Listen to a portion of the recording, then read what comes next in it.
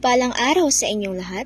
Ngayong araw ay tatalakayin natin ang kaligirang kasaysayan ng El Filibusterismo. Ang nobelang El Filibusterismo o literal na ang Filibusterismo o ang paghahari ng kasakiman, ito rin ay ang pangalawang nobela na isinulat ni Jose Rizal at ito ay nagsilbing karugtong ng kanyang unang nobelang Noli Me Tangere. Ang El Filibusterismo ay hindi lamang isang kwento ng paghihiganti o paglaban sa mga abuso ng kapangyarihan.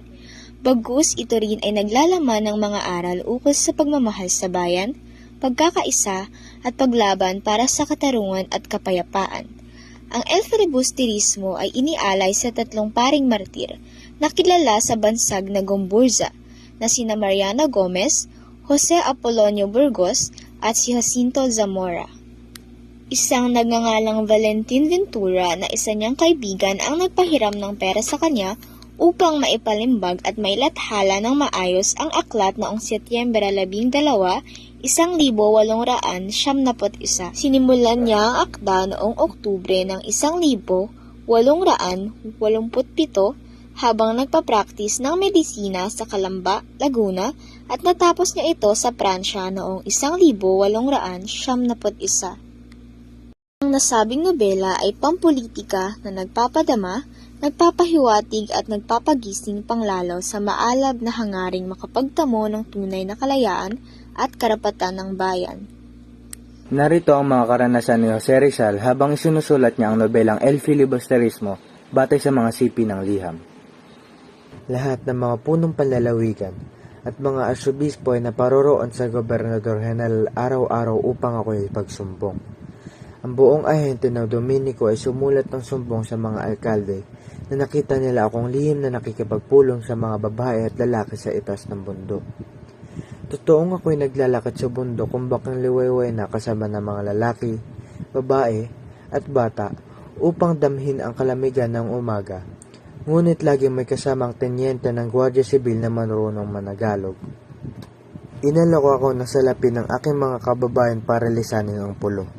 Hiniling nila ang mga bagay na ito hindi lamang sa aking kapakanan, kundi sa kanila na rin, sapagkat marami akong kaibigan at kasalamuhan na maaaring ipatapon kasama ko sa Balabag o Marianas. Dahil dito, kahit may kaunting karamdaman, ako'y dali-daling nagpaalam sa aking pamilya. Nagkwenta si Rizal at naisip niyang mainam kung kami ang maghahanda sa agahan sa gayon ay makatipid kami. Bumili siya ng tsaa, asukal, alkohol at isang lata ng biskwit.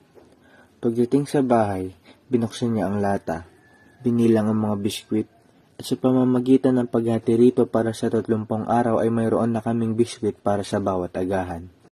Sa unang araw, dahil na rin sa pagpapahalago ko sa sarili, nakontento ako sa aking rasyon. Ganoon din noong ikalawang araw. Ngunit noong ikatlong araw, sinabi ko sa kanya na hindi sapat ang aking rasyon. Sinugot niya ako, maaari kang humiram para sa rasyon mo bukas. Kaya sa kahihiram ko, naubos ang aking rasyon sa loob lamang ng 15 araw, habang siya ay talaga namang nagkasya sa kanyang arawang rasyon. Ako'y nanghihinawa na sa paniniwala ng ating mga kababayan. Parang sila'y nagkakaisa upang maging mapait ang aking buhay. Pinipigilan nila ang aking pagbabalik. Nangangakong bibigyan ako ng tustos at pagkatapos na gawin sa loob ng 1 buwan ay kalilimutan ng muli ako. Naisanla ko ng aking mga alahas. Nakitira ako sa isang mumurahing silid.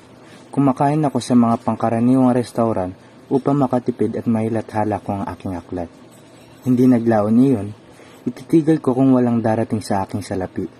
At sasabihin ko sa iyo, kung hindi lamang ako naniniwalang may mga mabubuti pang Pilipino, nais kong dalhin ang aking mga kababayan at ang lahat sa demonyo. May mga panahong gusto kong sunugin ang Manok Kristo. Ngunit alam kong maraming mabubuting taong katulad mo.